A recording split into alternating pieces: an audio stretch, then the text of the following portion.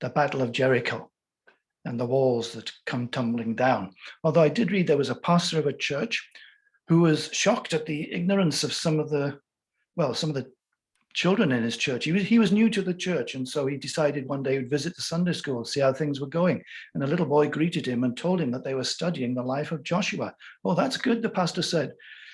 "So tell me then," he asked the little boy, "who was responsible for the walls of Jericho falling down?" Well, the little lad looked a bit alarmed, but he said quite definitely, "Well, I don't know, but honestly, it wasn't me. I can tell you that." Well, that was bad enough, but later that morning, the pastor approached the chair of elders. He was quite concerned about this lack of Bible knowledge in the Sunday school, if this little boy has anything to go by. So the pastor told the chairman of the board what had happened. He said to him that that little boy had no idea who was responsible for the walls falling down. What do you make of that? The chairman of the elders thought for a moment, and he said, "Look, Pastor, I really don't think it's worth making a fuss about this. I suggest we just ask for 2 or 3 quotations and let's just get the job done. No more questions asked." Well, I'm sure if we asked Sunday school children in Free School Court, they would certainly know who was responsible for the walls of Jericho. And I'm sure the chairman of elders would. We'd get the right answer. They'd probably both say Joshua. But is that the right answer? I mean, if there's one thing we should learn from this passage, and that song we've just sung was emphasizing it, that in terms of spiritual battles and warfare and what we're involved in, what this passage tells us this evening is this, that here we have a unique event in the history of the people of God when God acted in a miraculous way, and it was God who brought the walls of Jericho down. God is the hero of the story, as always. Not Joshua, not the soldiers, not the priests even carrying the ark, though that was important because it symbolized God's presence. Not the people, although of course they had to walk around in obedience to God's command, but it was God who did the impossible and brought the walls down. But before we get on to some lessons I think we can learn to encourage us in our own Christian walk, I think there are 2 things, sort of problems that in a way we have to face. The first I'm calling an historical problem. 2 problems. The first historical, the second a moral problem. Now, the historical problem is not a big deal, but I think it needs to be mentioned because it's the sort of thing that you may, in conversation with people, they may come up with things and say, well, you can't believe in the Bible. You can't believe in these stories. You may or may not know there's been a big debate, especially in the world of archaeology and biblical scholarship, about this account of the city of Jericho. And by and large, up until about 25 years ago, amongst liberal scholars, it was just discounted. They said there was no walled city in the 14th century BC at the time of Joshua. The biblical account is not trustworthy. You can't believe it. I'm just mentioning it because this is so typical of things that have been discounted and poo-pooed and made fun of in the Old Testament. But in fact, the more scholarship that has gone into it, the more the truth has been affirmed. About 25 years ago, a new comprehensive survey of the archaeological evidence at Jericho was undertaken mainly by American scholars, or by a guy called Bryant Wood. You can read about it on the internet. And they concluded that there was a walled city existed in Jericho until about the 1400 BC. And the revised date was based on examination of pottery items on the site, the nature of the walls that are still visible and able to be seen, and that revised date of 1400 BC conquest, that matches really the chronology presented in the Bible. Well, as I say, it's not a big deal for us tonight, but it is important for us to be assured that the Bible can be trusted. It's interesting, isn't it, to note that what was accepted as the assured findings of archaeology in the 1950s, well, actually it's not. It's generally accepted, even by more liberal scholars, that a later dating is probably more likely, in line with this Old Testament account. As I say, you can read more. If you just Google the conquest of Jericho on the internet, you can find out more about it. That's the first problem, but we can just leave it there. The second problem, I think, is more serious. more difficult to answer, and yet it's something that, again, we have to face. It's the moral problem. What do I mean by the moral problem? Well, again, I'm sure you've heard statements, especially by non-believers and critics of the Bible and cynics, about the violence and the bloodshed in the Old Testament, which was ordered by God and which therefore perhaps presents God as a monster, a moral monster, who orders the destruction of men, women, and children and cattle. What sort of God is that, they ask? A God who advocates genocide. This is the sort of criticism we hear from people like Richard Dawkins and Christopher Hitchens, the new atheists, and others.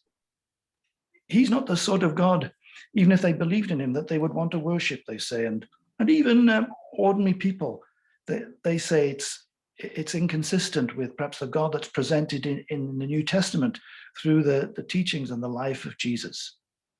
This is the moral question. Now, of course, that is a massive question. It requires more than just a minute or two response in a sermon that I can give you here this evening. And again, there are a lot of helpful articles online if you want to follow this up. There are good books out there which deal with some of these issues and problems. I was much helped quite a few years ago by Dr. Chris Wright's book entitled The God I Don't Understand, in which he engages with this and other difficult aspects of especially the Old Testament revelation of God. He deals with the question of evil, with the problem of suffering, with slavery, and with these well, it seems rather barbaric instructions of God to his people here, as highlighted in Jericho. Well, let me just say two things this evening about this moral difficulty as we come face to face with it. Here in our passage, we didn't actually read those closing verses, but they were there, the slaughter of men, women, children, cattle. I think the first thing to say is that we acknowledge there's no easy answer to that objection. We need as Christians to humbly say that yes, there are things about God, our great God that we've been already thinking about, infinite God in all his wisdom. It's not surprising that we don't understand everything about it. And there are things about God, about the Christian faith, about the Bible. If we're honest, we simply don't have the answers. We don't understand everything. And although there are good arguments that we can put forward, as I say, in books and articles, as I've mentioned, explanations that might partially help us, at the end of the day, that is what they are.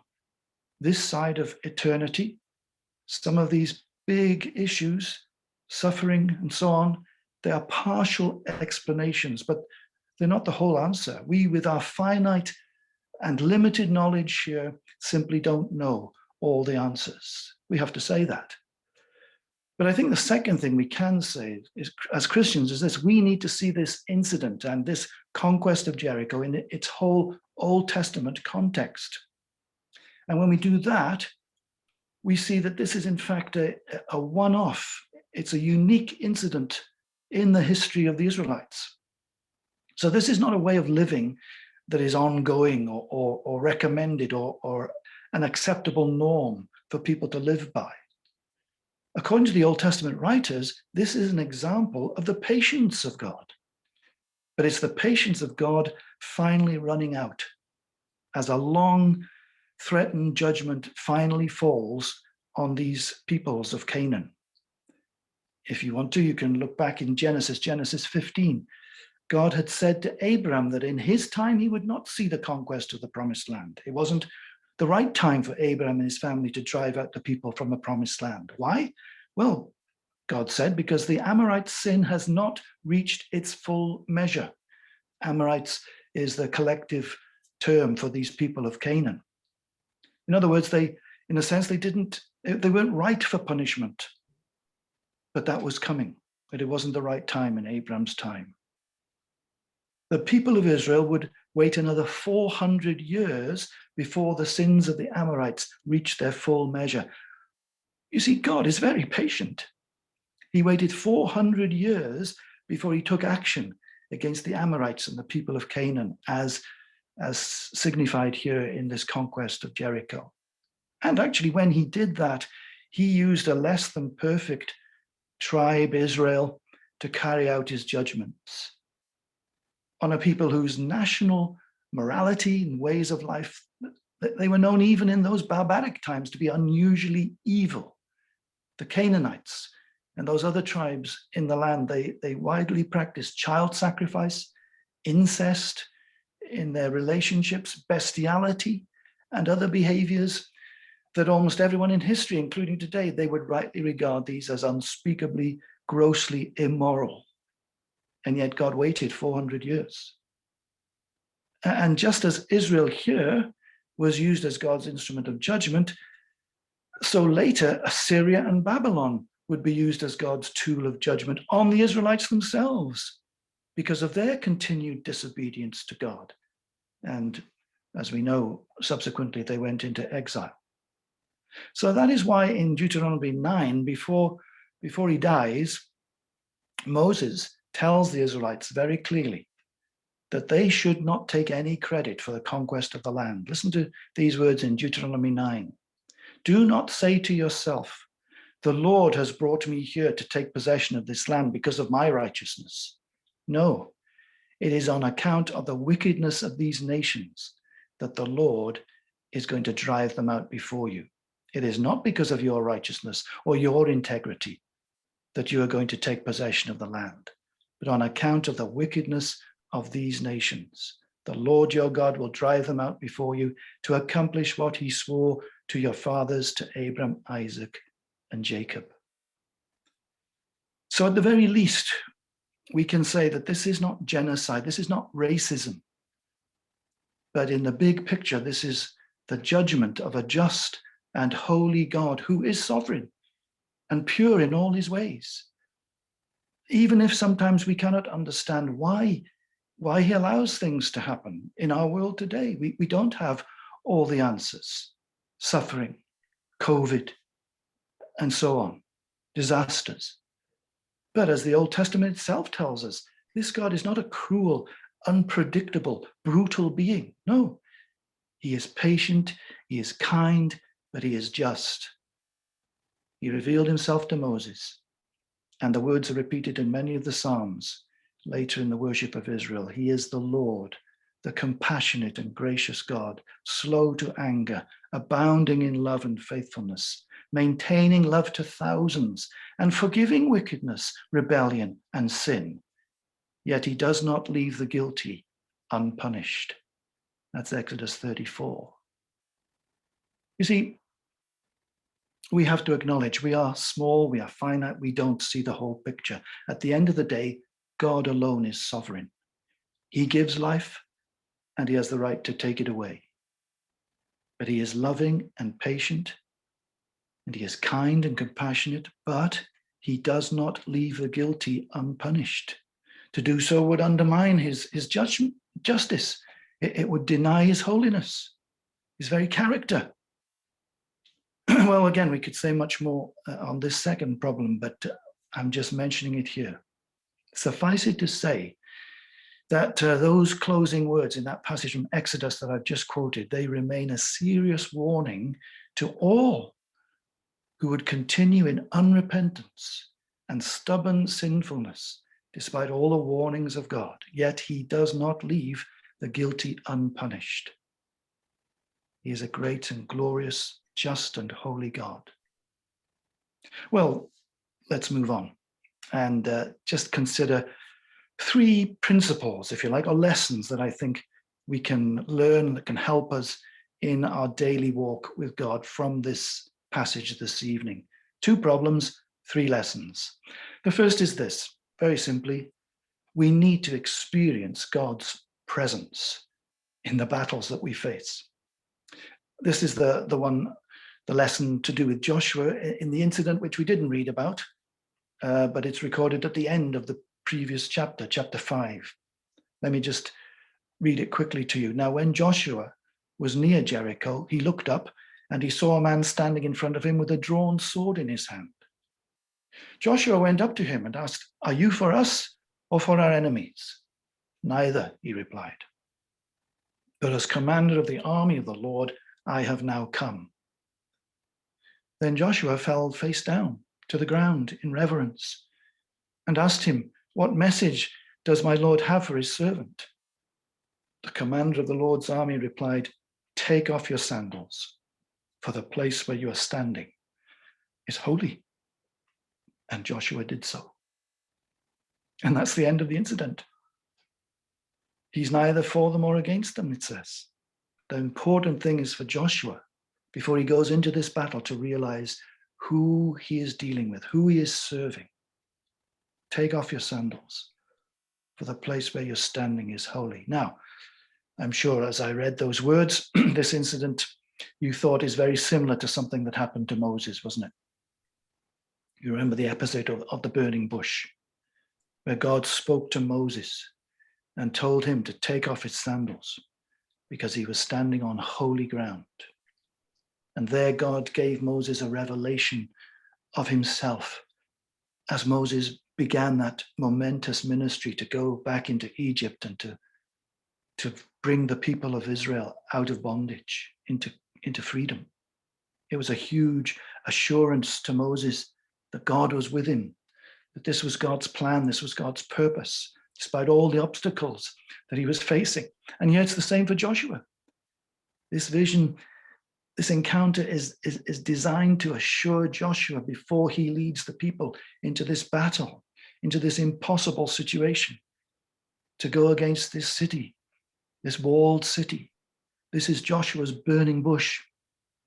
And what an assurance it must have been that he's moving forward in God's will, despite the difficulties. And the lesson, the principle surely for us is this: if we want to know victory, if we want to know God's power in our public life, we need first to know his presence in our private lives.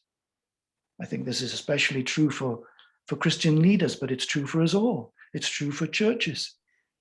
As we want to move forward in God's will, public victories are the result of private visits, private encounters with God. So there's this authenticity in what we say and do. Before we go out to war, in the spiritual sense, we need to worship God. We need to experience his presence. We need to know the greatness of the God whom we serve and whom we are obeying. Worship before warfare. Consecration before conquest. We need to enter into God's presence. But then secondly, here's a principle that I think is very important. We need to embrace God's plan. That's the second lesson. Experience his presence, yes, and then embrace his plan. That's the obvious lesson we learn here, isn't it, from this rather strange military strategy that Joshua and the people of Israel, the soldiers, have now got to follow. It's familiar to us, of course, but can you imagine the scene in the tent, as I presume it must have been, in the Israelite high command, when Joshua came and told them what the plan was? You can just imagine the generals of the people, the soldiers, they're waiting there for their instructions. They're looking forward to a cunning strategy, a siege perhaps over the next few days and weeks of this city, and followed by perhaps a pincer movement on Jericho from the north and the south, or the east and the west, and so on. They're waiting for the instructions. But Joshua walks in and he says, "Okay, boys, here's the plan. Right. We're going to walk around the city lots of times, blowing our trumpets, but not saying a word for 6 days. And then on the 7th day, we'll walk around it 7 times and we'll all shout. And then the walls are going to come falling down." Just trying to imagine it. They're thinking, what? Are you mad? Joshua, he's been on the cactus juice or something. But no, that's important. You see, the point is this: it's God's army, it's God's victory. He will give the victory in what seems an impossible way, in an impossible situation. And without him, without God in his presence, the people are nothing. And so that's the principle, isn't it, for us? The question for us is, are we on God's side or not? And if we are, then will we follow his instructions? Will we follow his instructions, even though they may not make a lot of sense to us at times? But we know that this is his will and this is the way forward. You can imagine, can't you, how after a few days of this walking around and blowing the trumpets, Well, the people of Jericho looking out over the walls, they would begin to laugh at the Israelites. How stupid are these people, they might have thought. What on earth is marching around blowing trumpets going to achieve? But the Israelites continued in their obedience to Joshua and their obedience to God. And it's true, isn't it? Many times as a Christian, you can be mocked by the world because you are marching to the beat of a different drum altogether. In our present culture, you're living in a completely different way, and in a way that often doesn't make sense to the world at all. But you're following God. You're following the commander of the Lord's army, the Lord Jesus. You're being obedient to him, and he is the one in whom you put your faith, and you know he will bring you to victory. I think this is a lesson, isn't it, in faithful perseverance, doing what God tells us to do, what God instructs us to do. Each day the people would go out, they would march silently around the city with the trumpets blowing, and then they'd return to camp. Nothing happened. The walls are still standing. Jericho's not surrendered. And yet it seems that we don't have any account anyway of them murmuring or complaining or questioning Joshua's instructions. They simply obeyed day after day until the seventh day, when they marched around the city 7 times. And on that command of Joshua on the 7th day, they gave that great shout. And the walls came tumbling down by the mighty hand of God. Hebrews 11:13 tells us that it's by faith the walls of Jericho fell down after they had been circled 7 days. That's interesting, isn't it, that the writer includes that? Why? Well, because they were obedient to God. Of course, we want things to happen after day 1 or day 2. But here is a lesson to encourage us to persevere.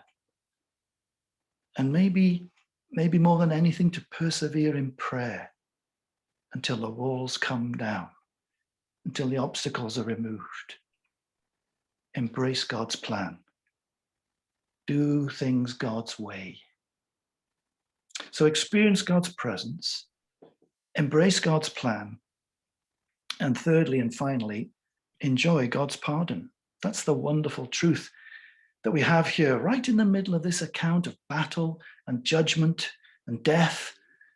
There's this picture of grace. Joshua said to the 2 men who had spied out the land, "Go to the prostitute's house and bring her out, and all who belong to her, in accordance with our oath to her." So the young men went in and brought out Rahab, her father, her mother, her brothers, her sisters, and all who belonged to her. They brought out her entire family and put them in a place outside the camp of Israel. Isn't that wonderful? Against this painful background of the judgment of Jericho, the grace God shows Rahab and her family, it shines so brightly, doesn't it? You see, the amazing thing, and we need to remember this, the amazing thing is not actually that God judges people, God should judge anyone. That's precisely what he should do. He is a holy God who cannot look upon sin. He's a great and almighty God. No, the amazing thing is that he should save anyone. Rahab and all her family, they didn't deserve rescue, but saved they were. Not because they earned it, but because of God's grace and his promise to them. And it's the same principle for us, isn't it?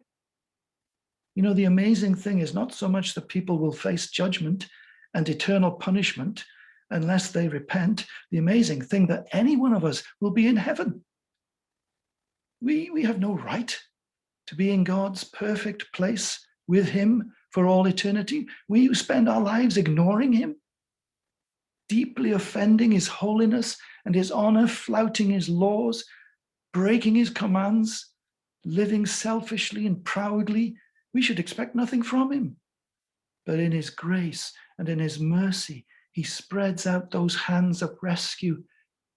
He himself in Jesus, as Jesus dies on that cross, both the judgment of God and the grace of God are so clearly seen. His judgment in rightly punishing human rebellion in all its horror and evil and pride, but his grace in that God himself, in the person of his Son, Jesus Christ, stepped into our place and took the punishment for us, died for us. His grace is staggering. And it should cause us to stop and to wonder.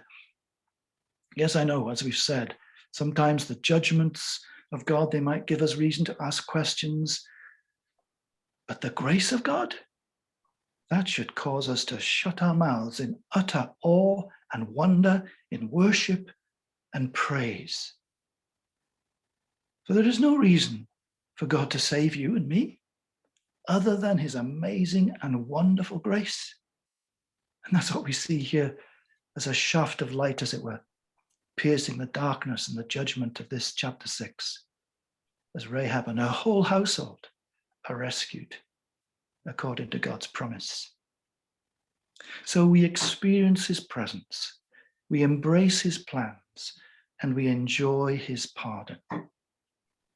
And as we do that, those walls, which are barriers in our lives, keeping us from the fullness of joy that we can discover as we fulfill his purposes for us, those walls will fall. So I suppose what we can ask this evening is what walls are you facing individually? What difficulties, what challenges are you facing, or corporately as a church, as you think of the future? Concerns about health, finances, relationships, uncertainty about the future? Well, we need to learn to see them all in the light of his glorious presence. We need to live in humble, persevering obedience to God's will. And we need to live enjoying the truth that the greatest wall of separation from God has been dealt with in Jesus Christ. And so nothing now can stand in the way of God's will and purposes for us. Oh, I'm not saying that you just have to name it and claim it. You want to be rich and it's a great wall in front of you and God, no. This wall came tumbling down because it was in the way of God's will and purposes for his people and for his glory. It was in the way of them entering into the promised land and into all the wonderful provisions and the fulfillment of God's promises. Those walls, we can come to God in persevering prayer and ask him, bring these walls down so that your will be released in my life, in the life of Free School Court. Bring the walls down. Lead us forward. Help us to experience your presence more and more. Help us to walk in humble obedience to your plan. Help us to walk in glad obedience because we've been pardoned by such wonderful grace. And those walls that stand in the way of God's will and purposes for us, individually or corporately, they will come down as we move forward, trusting in the captain of our salvation.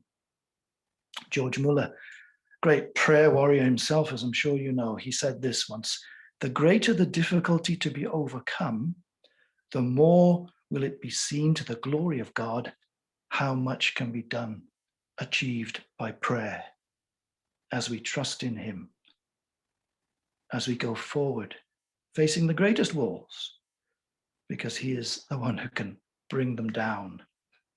Because the battle is the Lord's. We are his people. So may God give us grace to move forward, enjoying his presence, embracing his plan, and knowing the freedom of forgiveness of his people for his glory. Amen.